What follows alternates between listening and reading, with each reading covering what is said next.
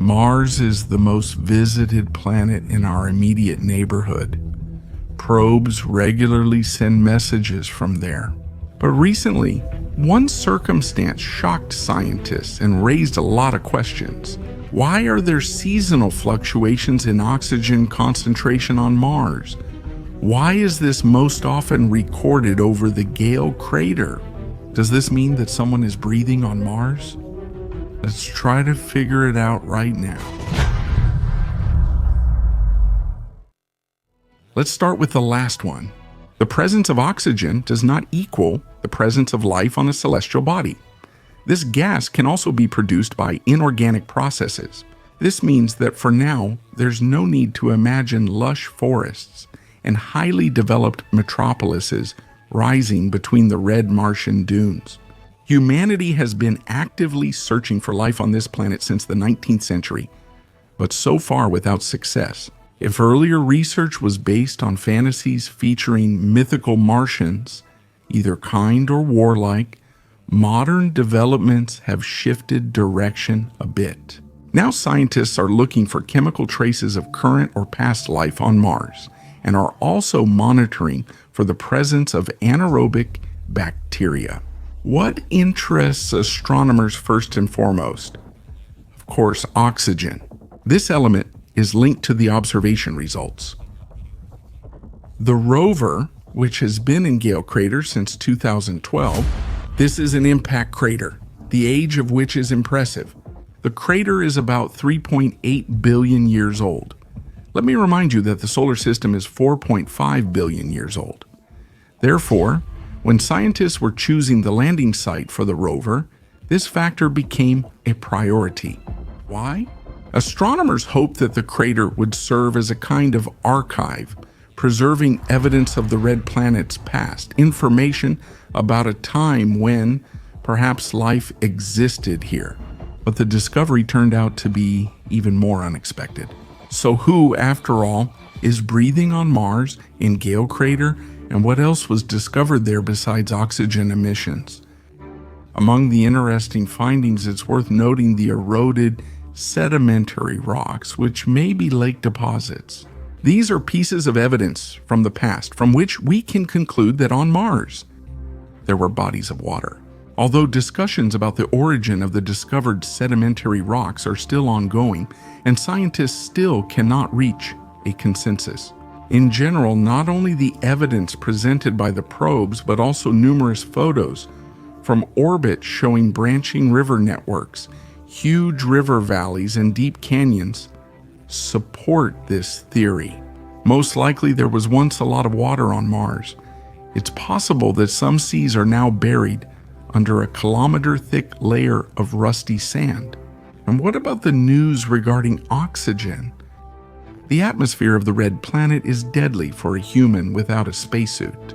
If you landed on the surface of Mars, got out of the shuttle, and tried to take even a single breath, you would definitely suffocate.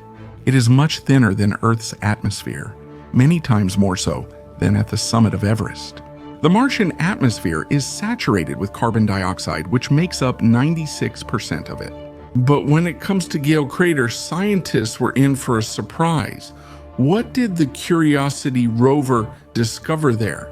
Strange anomalies have been observed over this crater. The atmosphere above it consistently increases its oxygen content in spring and summer, but by autumn, the level drops back to normal. Actually, the presence of oxygen on Mars is not news. A small amount of it has been found in the atmosphere. It is measured in hundredths of a percent. However, over Gale crater, the picture changes. In the warm seasons, its concentration in the air increases to 30%, and as it gets colder, it decreases. Therefore, it gives the impression that oxygen is being produced by someone or something, released into the atmosphere, and then drawn back in. What do scientific studies say about this? Astrophysicists have found that during the Martian winter, atmospheric pressure drops, and along with it, the level of carbon dioxide decreases. This is explained by the fact that the element freezes at the poles of Mars because the winters here are harsh. When it gets warmer, the gas thaws and begins to evaporate. which again increases the atmospheric pressure. The other gases in the atmosphere of Mars behave in a similar way, but not oxygen. Why is this situation observed over Gale crater? What triggers the release of oxygen? And then it brings everything back to the previous levels again. There are many hypotheses. The most popular one says that water or carbon dioxide breaks down in the Martian atmosphere and turns into oxygen. However, to raise the concentration of this gas to an incredible 30%, there would have to be 5 times more water in the atmosphere than there is now. In general, scientists at the moment don't know how to explain this sharp increase, and then the equally inexplicable decline. What is this? Some kind of closed mine where intelligent beings live, similar to the characters in Wells's novel The First Men in the Moon? Or did some highly developed civilization set up underground production facilities on Mars? Then why haven't the probes seen a single living soul during all the time they've been on the red planet? Maybe you have some theories. Care to share? What discoveries has the National Aeronautics and Space Administration rover Perseverance brought to the world? In March 2025, the journal Nature reported on a discovery presented at the Lunar and Planetary Science Conference. Recently, Perseverance discovered a strange leopard-patterned rock in Jezero crater. This crater is most likely the bottom of a huge lake that splashed on Mars billions of years ago. The rock found by the rover is not quite ordinary. It has dark spots with rims. Similar structures are created by Earth microbes when they react with minerals. So is this a chemical curiosity or evidence of Martian life? When Perseverance analyzed what the boulder was made of, it turned out that the dark spots were rich in phosphorus, iron, and sulfur, which once again proves the microbial origin of these structures. Microorganisms can consume iron and in return release substances that form similar patterns. However, all of this could have appeared without the involvement of living organisms. Among other things, scientists analyzed the rock itself and found that it had not been subjected to heating. This means that if there are traces of microbes on the surface of the boulder, they haven't been erased. Final conclusions can only be made when the samples arrive on Earth. Studying material on Mars using isotopic methods is not possible. In any case, this is one of the most striking and notable pieces of evidence of possible Martian life.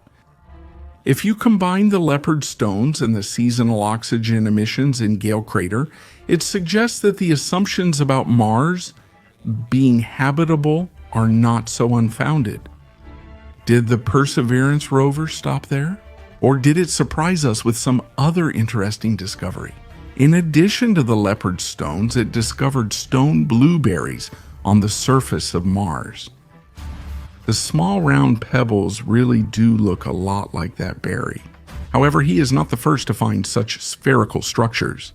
They had been discovered in different places on Mars before.